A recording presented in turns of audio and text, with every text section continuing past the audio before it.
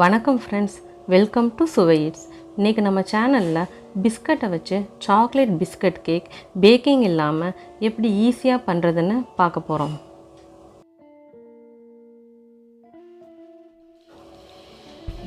Cake செய்கிறதுக்கு digestive biscuit 20லேருந்து 25 pieces எடுத்துருக்கேங்க. இதை இந்த மாதிரி சின்ன சின்னதாக உடச்சி எடுத்துக்கலாம். ரொம்ப சின்னதாக நொறுக்கிற வேண்டாங்க, கொஞ்சம் மீடியம் சைஸில் உடச்சி எடுத்துக்கலாம். நீங்கள் எந்த டைஜஸ்டிவ் பிஸ்கட் வேணால் எடுத்துக்கலாம். நியூட்ரி சாய்ஸ், பார்லேஜின்னு எந்த பிஸ்கட் வேணால் யூஸ் பண்ணிக்கலாம். இந்த மாதிரி எடுத்து வச்சுக்கலாங்க. இப்போ ஒரு பேனில் 1/2 கப் அளவு பவுடர் பண்ண சர்க்கரை எடுத்துக்கலாம். இது கூட 1/4 கப் அளவு கொக்கோ பவுடர் எடுத்துக்கலாங்க. 1/2 கப் அளவு தண்ணி சேர்த்துடலாம். இது எல்லாத்தையும் நல்லா மிக்ஸ் பண்ணி விட்டுக்கலாம். கொக்கோ பவுடர் கரையிற அளவுக்கு நல்லா மிக்ஸ் பண்ணி விட்டுக்கலாங்க.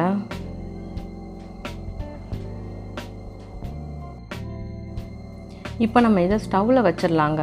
இது கூட 50 கிராம் அளவு வெண்ணெய் சேர்த்துடலாம். இதை ஒரு 5லேருந்து 6 நிமிஷத்துக்கு மீடியம் ஃப்ளேமில் வச்சிடலாம்.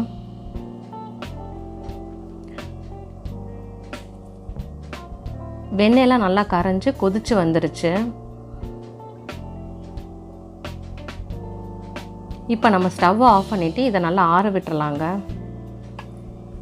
இப்போ ஆறின அப்புறம் இது கூட வெனிலா எசன்ஸ் 1 டீஸ்பூன் சேர்த்துக்கலாம். இதை நல்லா மிக்ஸ் பண்ணி விட்டுக்கலாம்.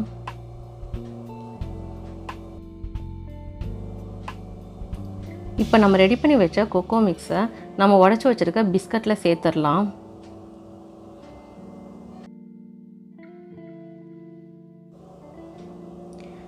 இதை நல்லா மிக்ஸ் பண்ணி விட்டுக்கலாங்க. கொக்கோ மிக்ஸ் பிஸ்கட்டோட எல்லா சைடும் நல்லா கோட் ஆகிற மாதிரி மிக்ஸ் பண்ணி விட்டுக்கலாம்.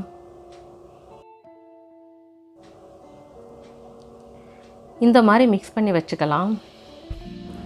இப்போ ஒரு ட்ரே எடுத்துக்கலாங்க. அதில் எல்லா சைடும் ஆயில் இல்லாட்டி பட்டர் அப்ளை பண்ணிக்கலாம்.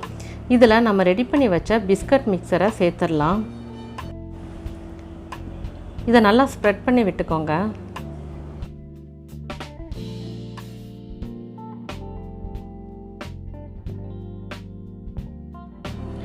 இப்போ இதை ஸ்பூனோட பேக் சைடு வச்சு நல்லா ப்ரெஸ் பண்ணிக்கலாம். உங்கள்கிட்ட சின்ன ட்ரே இருந்தால் அதை யூஸ் பண்ணிக்கோங்க. இப்போ இதை 30 நிமிஷம் ஃப்ரிட்ஜில் வச்சிடலாங்க செட் ஆகிறதுக்காக. இப்போ ஒரு பேனில் விப்பிங் க்ரீம் 1/3 கப் 80 மில்லி அளவு எடுத்துருக்கேங்க. இதை லைட்டாக கொதிக்கிற வரைக்கும் வச்சா போதும். இப்போ நம்ம ஸ்டவ்வை ஆஃப் பண்ணிடலாம்.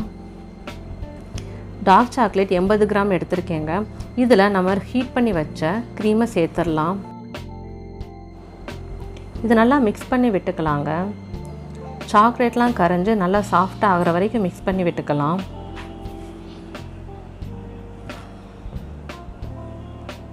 அவ்வளோதான், ரெடி ஆகிருச்சுங்க. இப்போ 30 நிமிஷம் ஆகிருச்சு, நல்லா செட் ஆகிருச்சுங்க. இப்போ இதில் நம்ம ப்ரிப்பேர் பண்ணி வச்ச சாக்லேட் மிக்ஸை சேர்த்துடலாம்.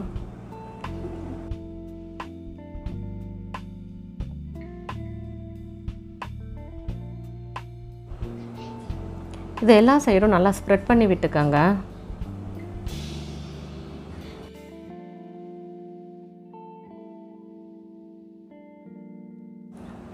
இப்போ இதில் பிஸ்தாவை பவுடர் பண்ணி நான் டெக்கரேட் பண்ணிக்கிறேங்க. நீங்கள் உங்களுக்கு பிடிச்ச மாதிரி டெக்கரேட் பண்ணிக்கலாம். முந்திரி பருப்பு இல்லாட்டி பிஸ்கட்டை வச்சு கூட டெக்கரேட் பண்ணிக்கோங்க.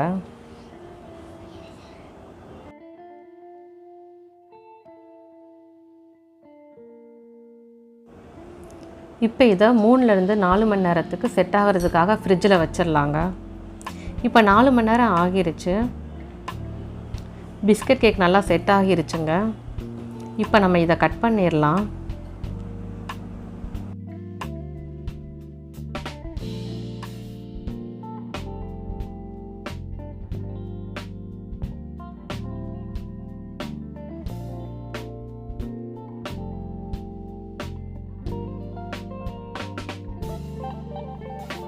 பார்க்குறதுக்கே ரொம்ப அழகாக இருக்குங்க. பிஸ்கட் கேக் நல்லா செட் ஆகிருச்சு. அவ்வளோதாங்க, சாக்லேட் பிஸ்கட் கேக் பேக்கிங் பண்ணாமல் அவன் இல்லாமல் ஈஸியாக ரெடி ஆகிருச்சு. இது ரொம்ப டேஸ்ட்டாக இருக்குங்க. குழந்தைங்களுக்கு செஞ்சு கொடுத்தா ரொம்ப விரும்பி சாப்பிடுவாங்க. கண்டிப்பாக இந்த ரெசிபியை நீங்கள் ட்ரை பண்ணி பாருங்கள். உங்கள் ஃபீட்பேக்கை கமெண்ட்டில் சொல்லுங்கள். நன்றி.